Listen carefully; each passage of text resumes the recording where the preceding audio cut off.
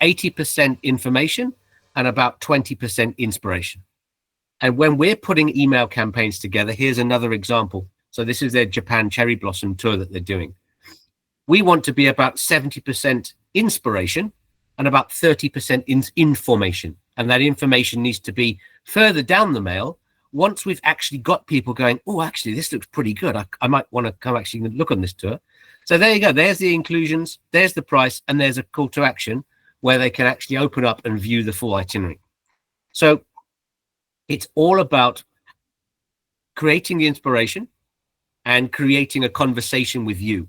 We don't want these guys to click a button and book online or be trained to say, this is the cheapest price I can get it, or even shout about it, because the first thing you do, if you tell your clients that this is the best price on the internet, is they're going to go on the internet and see if they can find a better price. They're going to challenge you on it. Let's rather train the value and the benefits instead of, trying to shout about price. So another example of the way we lay our mails out. If I take this mail and I crush it down into mobile view, you'll see that it responds responsively. That's a design element. So rather than having one image with text on it that crushes down, you can't see what's going on. It rearranges itself and puts itself into columns instead of rows. So you've got the lovely pictures. They stay full width. So the pictures stay impactful. The text is readable. It's all broken up into little tidbits. It's all beautifully down into a column, into a funnel. And there's the call to action at the bottom. So that's how we do our mails. And let me just quickly put that one together. Ladies only. Vietnam tour. So there's our subject line. And then I might put a little bit of information in here about departing April 2025. I hope this tour went well. There we go. Terms and conditions. I don't need to worry about that for now. But that then creates the email campaign. And there's my branding. So there's my header. There's my footer. That's all been pre-populated in those configuration settings. And then all I need to do is drag and drop the content in. So first, I'm deciding on the layout. Is it going to be full width? Is it going to be split 50-50? Is it going to be three columns? Now, rule of thumb, we generally don't use the 3-column layout at Genesis. We use the 50-50 or the full width.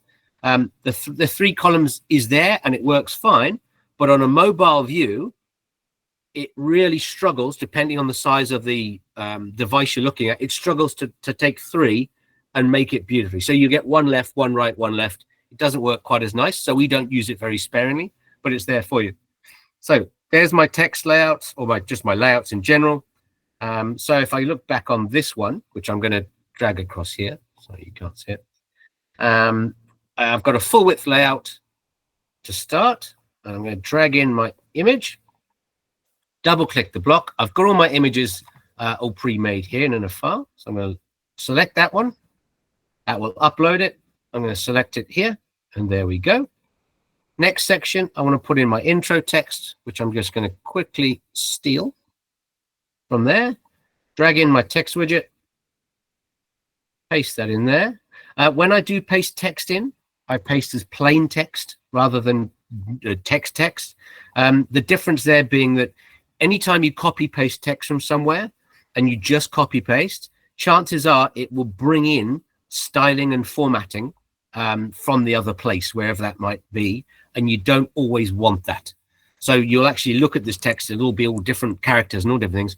So if you do that, by all means, select and then hit this button here, TX. That clears all the formatting and it makes sure that it reverts it to our sort of default layout, if you will.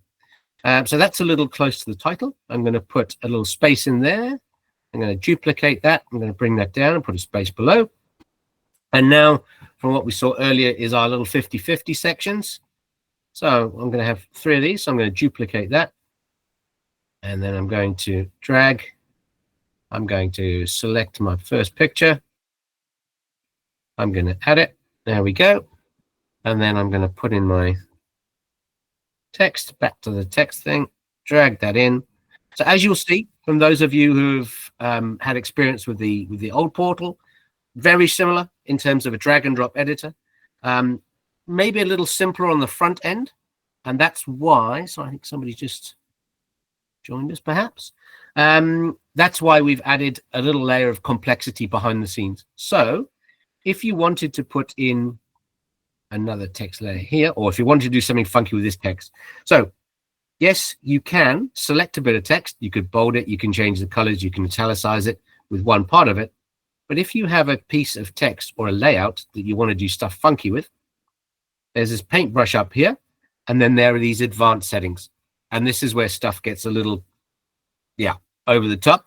Not over the top, but more advanced, shall we say. So if I wanted to change the font to Georgia, I can do that. If I want to change the font size to 16, and I want to increase the line spacing to 30, because I've got, let's say, seniors on my mailing list, and I want to make sure they can read it clearly, we can do that. If I want to change the entire color, and I want to put that in, black or white or whatever it may be, I can get rid of that and change it to black. Same with images. So click on the image. You can come to, you won't be typography because there is none. But now all of a sudden I have all of these different, very specific things that I can do. So I can put 5 px of padding around it. If I want to, I can put a color border or background behind it as well. So if I wanted to put a black border around that, I could put a black border around that. Can do a lot of stuff. It's complicated, but it's there. My recommendation, as with all things, is jump in as and when you get the chance and have a play around. We will, of course, be putting together some PDFs, and well, we've already put together some PDFs. We're going to load those into a little help menu somewhere here in the portal, and we've got some videos as well, so we can explain those widgets to you in greater detail. There is one other thing before Fran reminds me, because she totally will, but I forgot. You'll see there's a couple less widgets here at the moment than there used to be. There will be more coming, but one of the ones that we're using here at the moment is this text box here. So if I upload an image, do that one again, you'll see there's a tick box here that says video. So I upload the video, sorry, I upload the image, and if I want to, I can then link that to a YouTube video. So if I quickly open up a YouTube on this other screen here, and then, excuse me 1 second,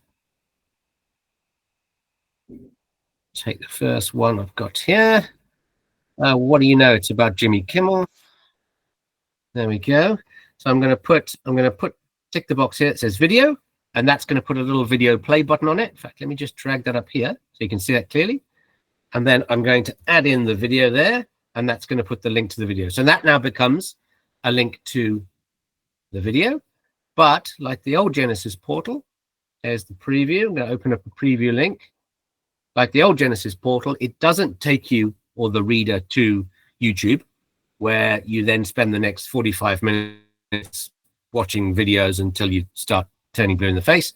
It actually pops up and you stay within the confines of the video. So when